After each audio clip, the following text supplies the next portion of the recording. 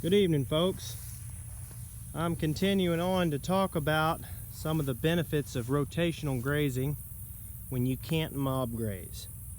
There is still a benefit, and it's definitely better than letting your cows have the whole field. Now this right here, before I got a hold of this place, this was a major washout, and it still is. We have not filled it back up, and we haven't done anything with it yet. But as you can see, at one point this is nothing but dirt because it could never grow back.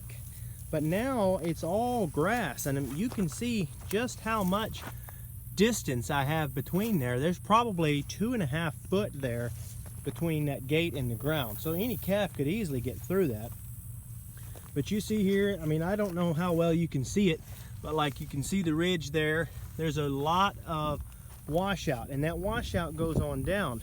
You can kind of see it, but I'm going to tell you, last year you definitely knew there was a washout there.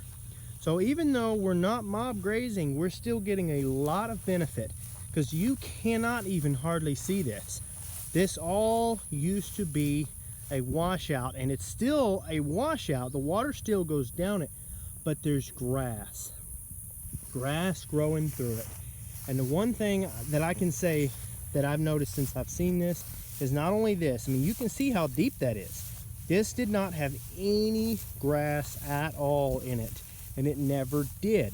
And I know because this was my father-in-law's place, and they ran it a certain way because they didn't have a lot of time to manage it any other way. And now that I'm managing it with my own cows, I happen to have a little bit more time to devote towards it.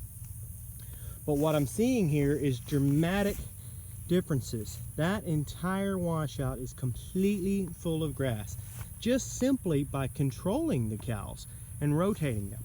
And the other thing that I have noticed, and I haven't really said much about it to anyone else, is the fact that we don't have any more cattle trails anymore. Everybody always talks about cattle trails, and here in Louisiana it's a problem. But we don't seem to have them anymore. And I really think it's just simply because we move them long before they ever have a chance to create a pattern. So this is just me trying to show my end of things, how well it's working for me and what all is working with everything that I'm doing. So I would appreciate it if you appreciate my content and it's helping you in any way, to go ahead and subscribe and take a look at some of the videos I have. I am starting this series. It's pretty new still, but what we do, we don't just talk about farming. It's mostly farming, but me and my wife, we talk about making a living at home, pretty much, or allowing yourself to be home for the most part. And there the cows are, right out there. So if you like this series and you want to keep hearing stuff about this, and you'd like to follow along and just see how it works out for us, please subscribe. And if you want to know when I post a new video, then hit the bell icon. Thank you.